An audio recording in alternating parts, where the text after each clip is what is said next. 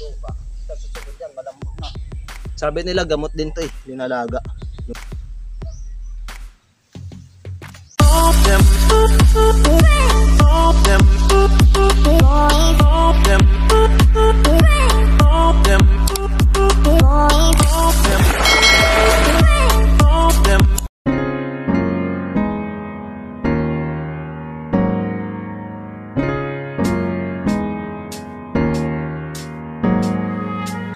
Magandang araw at mapagpalang umaga po sa ating lahat mga kayumot. So andito ulit ako sa sa lote ni Sir Dong at ni Ma'am Jane. So pagpapatuloy muna natin yung pagkukuha ng damo dito mga kayumot kasi ngayon pa lang i-deliver yung mga materyales doon kay Sir Josely at kay Ma'am Roxanne. Kaya baka maghapon yun kasi pag-deliver sa taas may hahakot papunta dito sa baba. Marami-rami din yung mga kayumot, baka abutin ng maghapon. Kasi yung wala pa rin ngayon yung delivery, baka mamayang tanghali yon. Kaya dito muna ulit tayo para kahit papaano ay mababawasan ulit natin tong mga damo dito mga kayumot. Habang wala pa tayong masyadong ginagawa, dito muna tayo. Alright, simulan na natin mga kayumot. So, medyo tinanghali tayo ngayon. Kaya, maliwanag na.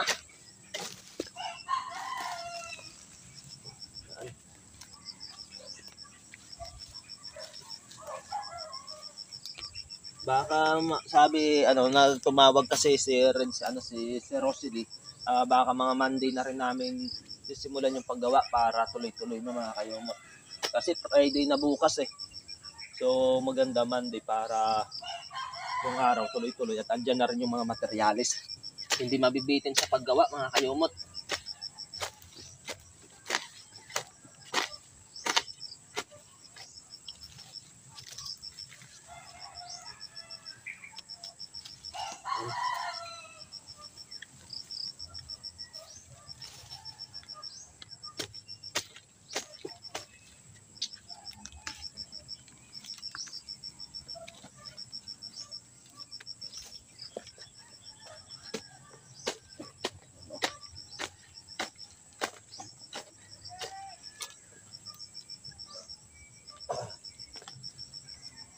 Buti na lang dito mga kayumot, hindi masyadong mainit. Maya to sobrang init na dito.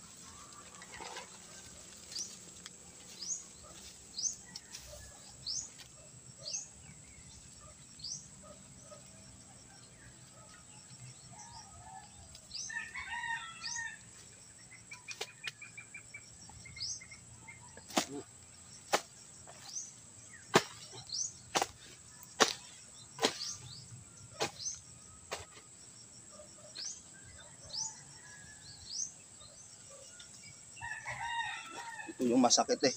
Pag yung makahiya. Nakakasugat din mga kayumot. Lalo pag nabigla mong umila yung yung daliri mo, mga nasabitan. Aba, sugat din.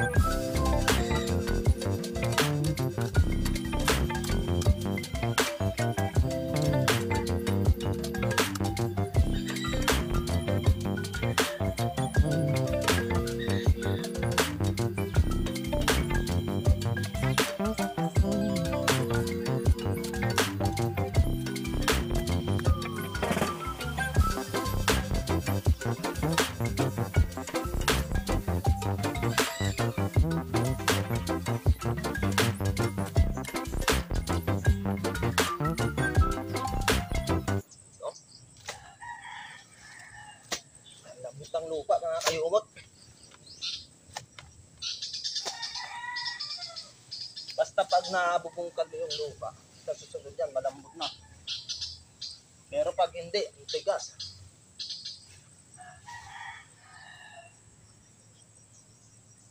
Pero pag umulan, ayos din naman mga kayumot. Malambot din. Pero pag laging nadadaanan at naapakan, yun, matigas din yung mga kayumot.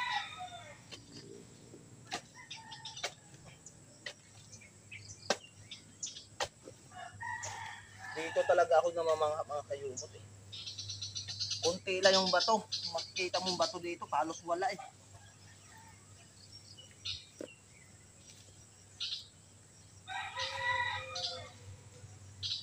Kaya delikado din talaga dito pag once na yung mga puno ay pinagpuputol.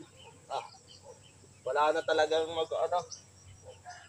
magpoprotekta dito sa mga lupa, ng mga ugat, yung naputol lahat ng puno dito mga kayumot.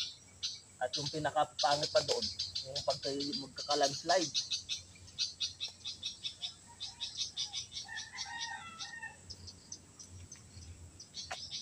Dapat dito talaga tangkilikin talaga yung pagtatanim din ng mga puno. Para yung klima malamig din. Kasi isa sa mga nagpapalamig yung mga puno.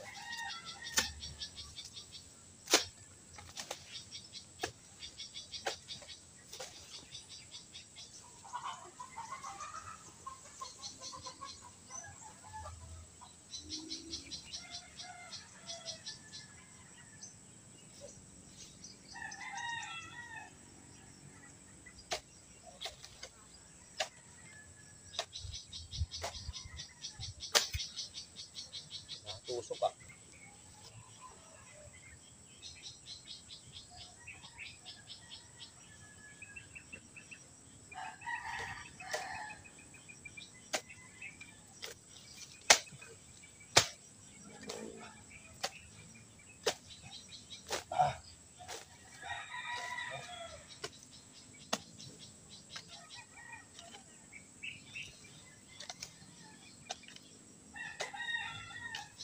Okay, at pwede ulit gamitin yung cellphone natin mga kayumot. Naka-recover na sa overheat.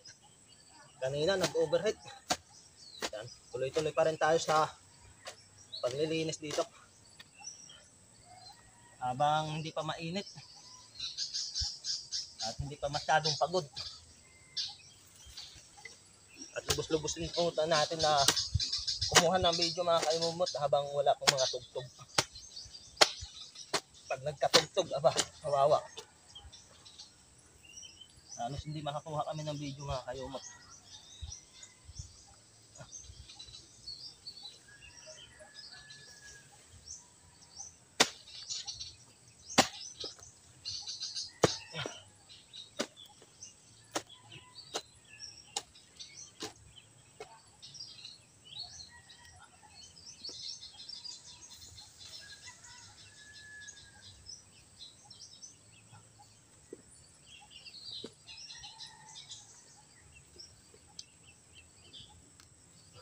Minit na naman.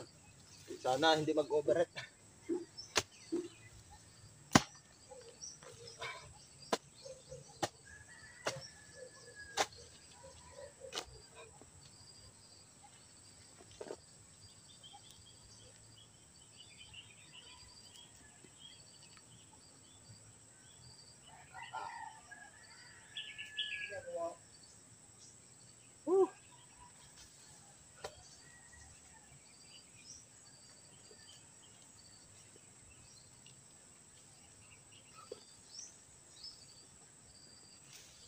Hanggang saan ba yan? Hanggang dyan lang? Yan yata dyan eh. Mayroon pa dyan sa baba.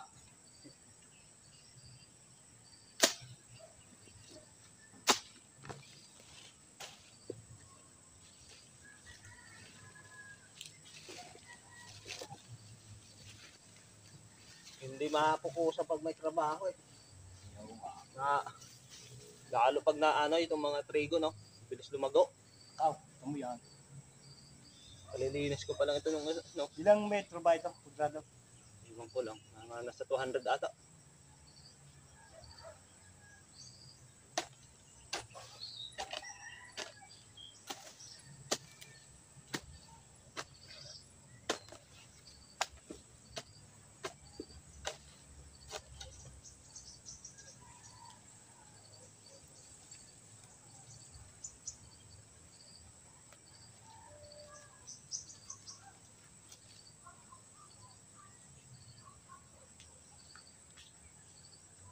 Patay yan. Ha? Dapat talaga inaalis sa puno ng trigo. Oo. Kahit nga yung katawan niya, no? Bubuhay pa rin.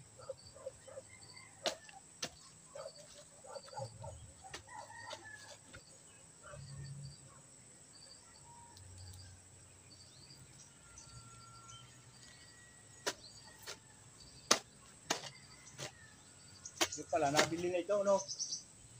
Oo. Lahat ito? Yung sa taas yata ay yan dyan kasi parang kukunin pa ata ni Idol. Manalig. Ay, kaya itinira. Ilang metro? Yan, hanggang dyan yata. Dito? Sa tapat na kubo kong yun. Oo, tama. Kasi baka sa ano yung baka daw maka ano siya eh, maka dagdag eh. Kaya tinira muna.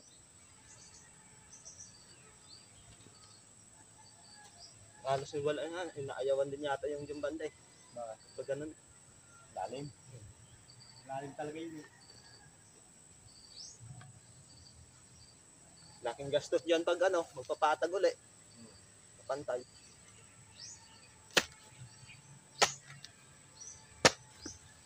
Dapat kasi pag pinantay, kasi kasada, dala. Oo. Lalalim kasi yan eh. Mangyayari yan. Saka ganito, kasada. Kami ito.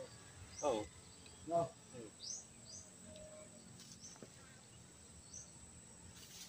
Dire, kung hindi inukap ng ganito. Ganda mo. Yung. Oo. Dapat binaya na lang doon sa akin, ano? Hindi inukap. Yan yung gusto eh.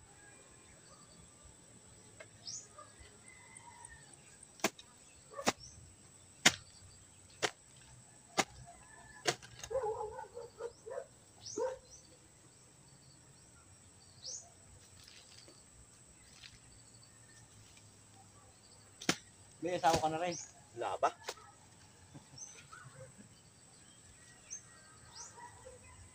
Eh, doon ka rin sa Lipa. Hindi. Taytay. Taytay.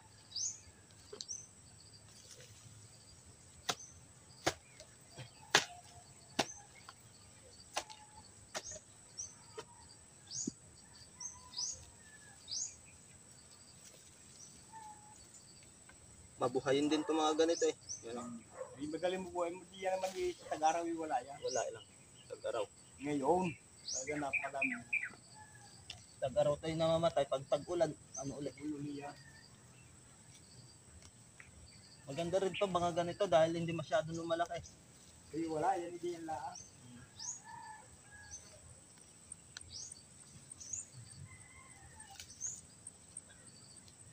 Diyos.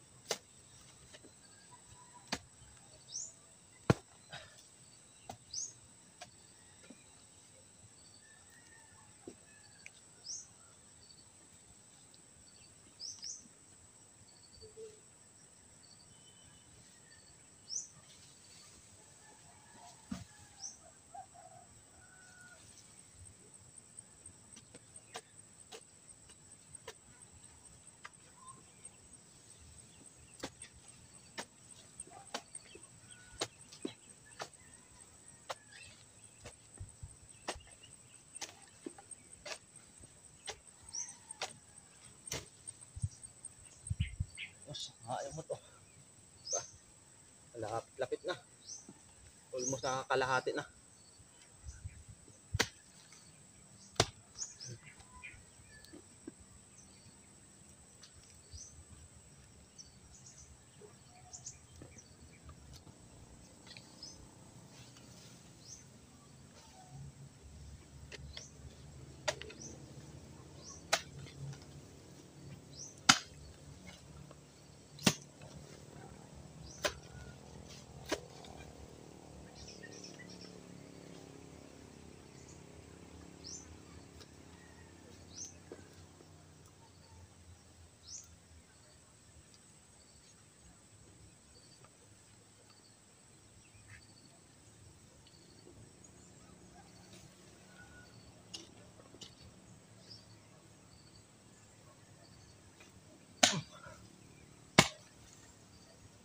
Kailangan makuha yung ugat nito, trigo. Kaso mayroon talaga itong na iiwan din.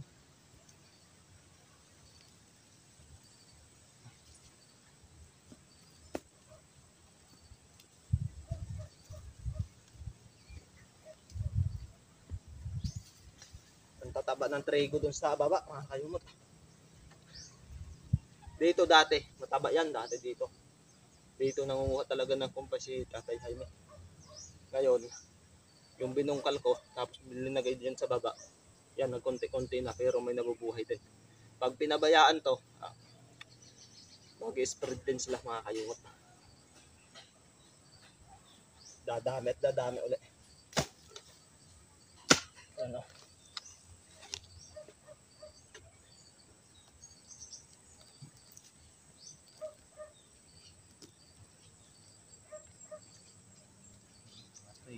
Kahit ganito lang, kahit ganito, pag buhay yan, no, mabubuhay at mabubuhay pa rin.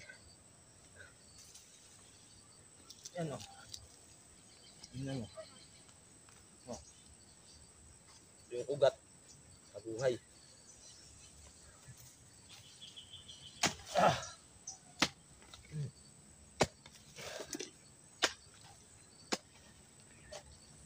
Kahapon, sina kuya, doon sila naglinis na sa bakuran ni Idol Kapanalig. Tatlo naman sila doon, si Tatay Waning, si Kuya Lone at si Kuya. Kaya dito ako pumunta. Bago naman ako umalis doon ay naglinis naman ako doon sa pinaka hagdan. Tapos may kinuhaan ako doon na mga makahiya doon sa may buhay na progress, mga kayumot. Malaki na yung niya doon eh. Bibinapakan. Pag may raming damo, grabe, mga kayumot. Namamatay pala yun. Aagawan.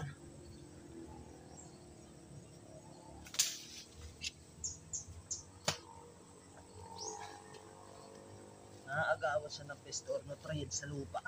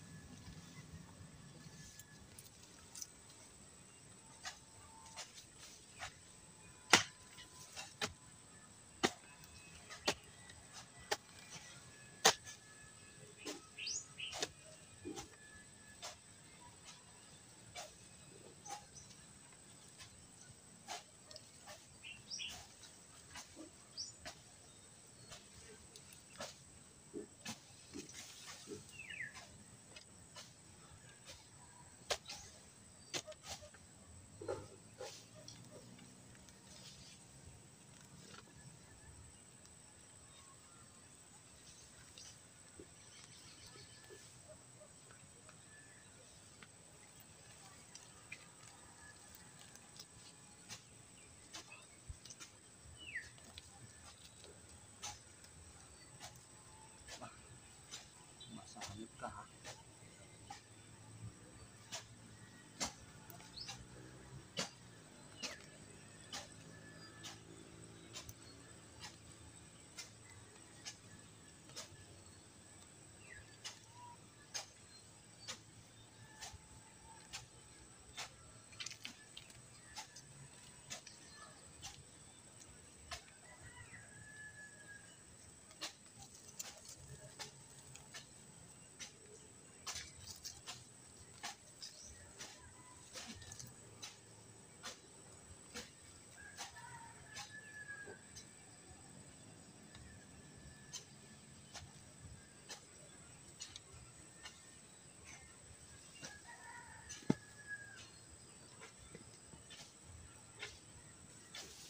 Natin.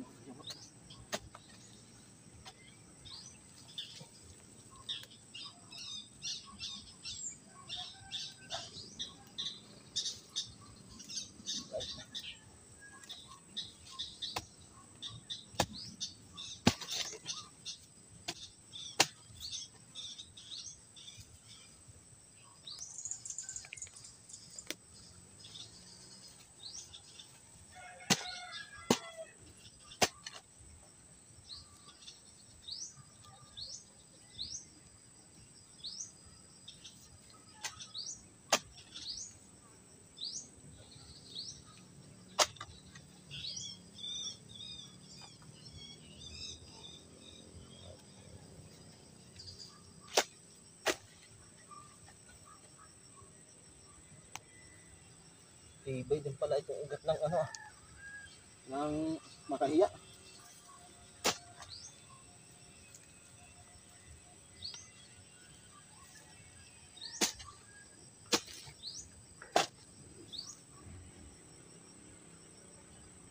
Oh.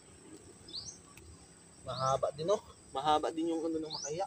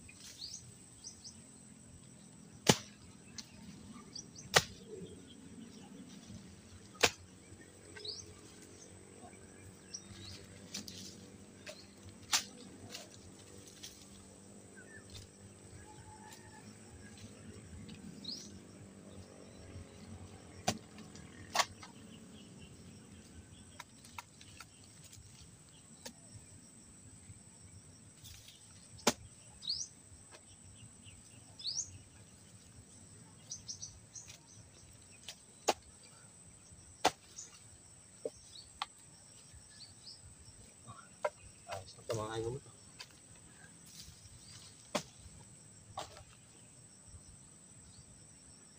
Matapos natin to, medyo matagal-tagal rin to. Pero mga ilang araw din may mga damo ulit to. Mabilis lang tumubo eh. Kaya kailangan talaga kung once na hindi kumapal yung mga damo dito mga kayumot, kailangan bisitahin talaga damo ng damuhan. Kaso wala tayong masyadong time, hindi natin mapakapukusan. May mga ginagawa din naman tayo.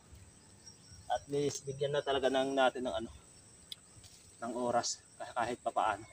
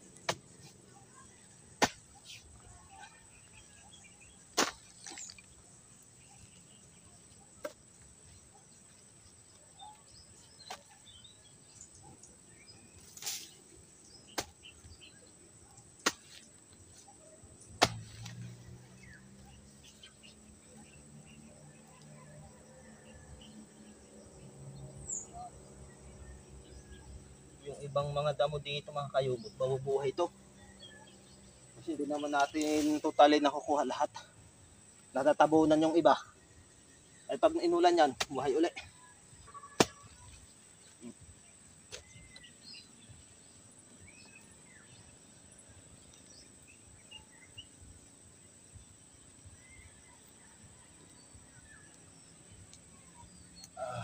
Especially yung ano, tinatawag sa aming tihoy-tihoy mga kayumot. Iwan ko lang kung anong tawag ito sa inyo at dito sa ano, yan o. Tinatawag na tihoy-tihoy sa amin. Sabi nila gamot din to eh, linalaga. Yung pinaka laman niya dito. Hindi ko lang alam kung saan gamot yun mga kayumot.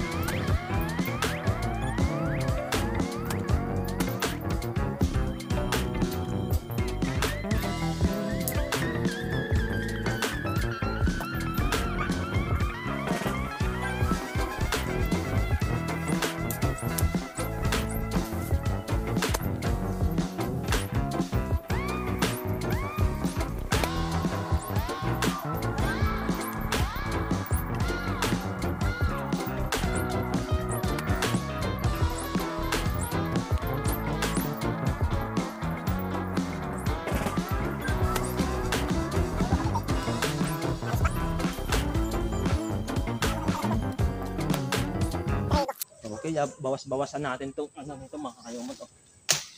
Para itong ating plan dito yung papaya. Yung nga, maarawan. Sabi-sabi ko lang.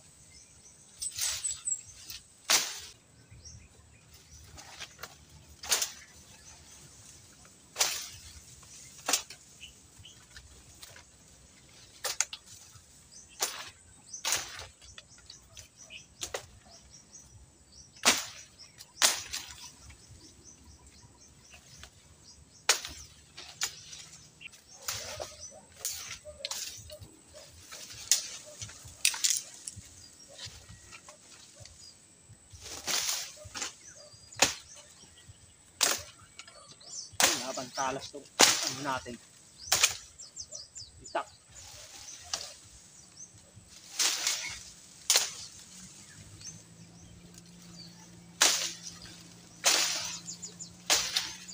po.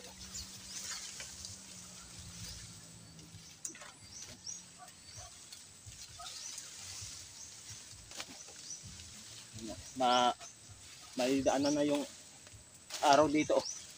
At paano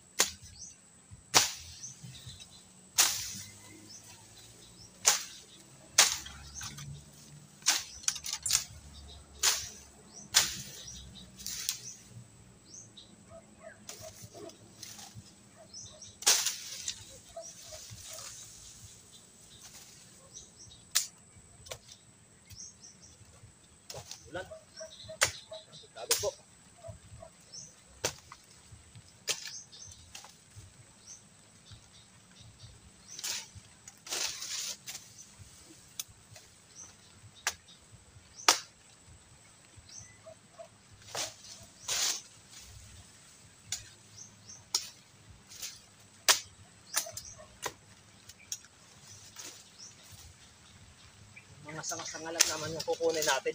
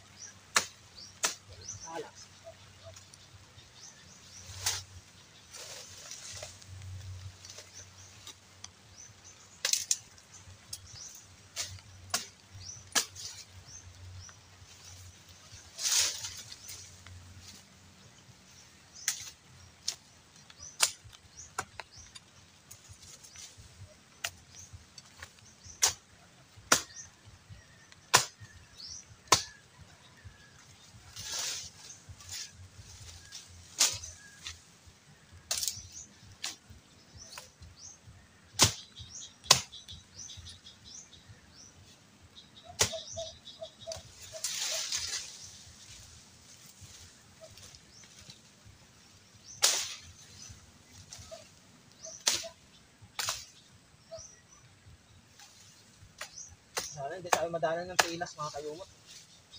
Pag ganito kasi din maraming pilas na nananirahan.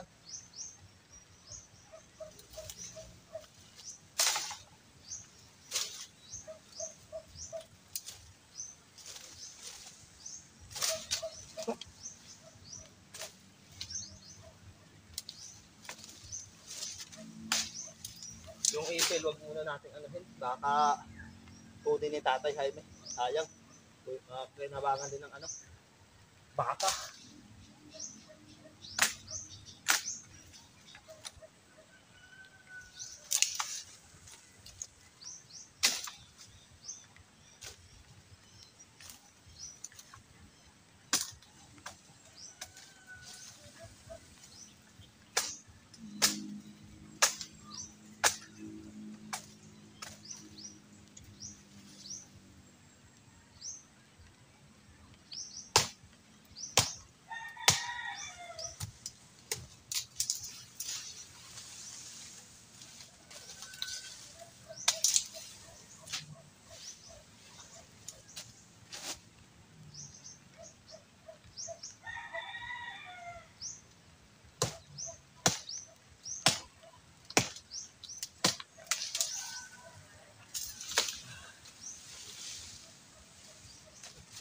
Kayumot, so umaambon na.